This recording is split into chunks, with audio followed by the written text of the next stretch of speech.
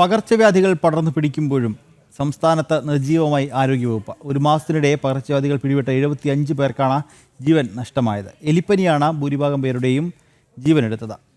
പ്രശാന്ത് ശങ്കരമംഗലത്ത് വിവരങ്ങൾ നൽകാൻ ചേരുന്നുണ്ട് തിരുവനന്തപുരത്തു നിന്നും. പ്രശാന്ത്, ഈ പകർച്ചവ്യാധികൾ അത് സംസ്ഥാനത്ത് പടർന്നു പിടിക്കുകയാണ്, പക്ഷേ അപ്പോഴും നിർജീവമാണ് ആരോഗ്യവകുപ്പെന്ന് പറയാതിരിക്കാൻ വയ്യ, അല്ലേ? തീർച്ചയായും സംസ്ഥാനത്തെ പകർച്ചവ്യാധികൾ പടർന്നു പിടിക്കുന്ന ഒരു സാഹചര്യമാണ് നിലവിൽ. വിവിധ ആശുപത്രികളിൽ രോഗികളെ കൊണ്ട് നിറയുന്ന ഒരു സാഹചര്യമുണ്ട്. വിവിധ പകർച്ചവ്യാധികൾ, അതായത് ഡെങ്കിപ്പനി ആയിക്കോട്ടെ, എലിപ്പനി അടക്കമുള്ള പകർച്ചവ്യാധികളും മറ്റ് പനി അടക്കമുള്ള അസുഖങ്ങളുമായിട്ടാണ് ചികിത്സ തേടാനായിട്ട് നിരവധി രോഗികൾ ആശുപത്രിയിലേക്ക് എത്തുന്നത്. വലിയ രീതിയിൽ പ്രതിസന്ധി സൃഷ്ടിക്കുന്ന ഒരു സാഹചര്യമാണ് ഇപ്പോൾ നമുക്ക് മനസ്സിലാക്കാൻ കഴിയുന്നത്. നിലവിൽ കഴിഞ്ഞ മാസം മാത്രം, അതായത് ഇക്കഴിഞ്ഞ മാസം മാത്രം 38,21,172 പേർ ആണ് ചികിത്സ തേടിയത്.